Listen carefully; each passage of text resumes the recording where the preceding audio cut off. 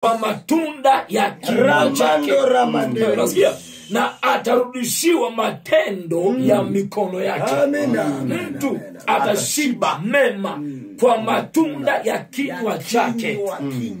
Mpendo unayesikiliza, acha kujilani, acha kujikataa kulingana na maisha unayopitia. Acha kuishi maisha hayo.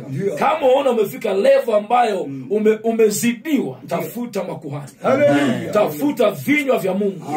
Kuna mema ambayo Mungu amekuandalia, lakini kwa sababu ya shida na matatizo na aina ya watu uliokutana nao, unajua ukiishi na mtu aliyekata tamaa, maneno yake yote ni kukata tamaa. Yaani ukishaanza kuona unaishi na mtu, ukimwambia bwana tufanye jambo fulani, anakuambia haiwezekani. Huyo mtu achana naye. Huyo mtu achana naye. Tafuta watu ambao ni mahodari, mashujaa, ambao wanaelewa maana ya kutamka. Haleluya. Haleluya. Mithali 13:2. Mtu atakula mema kwa matunda ya kinywa chake, bali nafsi ya mtu haini itakula jeuri. Itakula jeuri. Kwa ni kutamka. Maisha haya ni kutamka. Kuna watu kwenye Biblia walikuwa ni wenye ukoma, wametengwa. Walikuwa ni 4 wametengwa wakati wa nabii Elisha. Wamekaa mahali pale wakasema sasa tukienda mjini tutakufa. Huko kwa Washami kuna chakula. Bora twende. Kwa nini? Elisha alitamka, kesho majira kama haya chakula kitapatikana. Ni kinywa cha kuhani.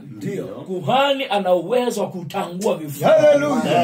Unajua ni ufahamu wa watu tu hawaelewi. Na kuchukulia wachungaji kama ni watu wa kawaida. Mchungaji sio mtu wa kawaida. Yule ni nabii wa Bwana. Ni kuhani aliyeaminiwa. Unapomwendea kwa imani, akatumia mamlaka aliyopewa na Mungu, akisema ufanikiwe, hakika unafanikiwa. Bwana asifiwe. Haleluya, haleluya. Haleluya, haleluya. Ndugu msikilizaji, neno hili likuinue tena. Neno hili likuimarishe tena. Kama aliyekufunga na kuzidi nguvu, tuko hapa wenye nguvu zaidi yao. Tuko hapa wenye nguvu zaidi ya uganga na ushirikina.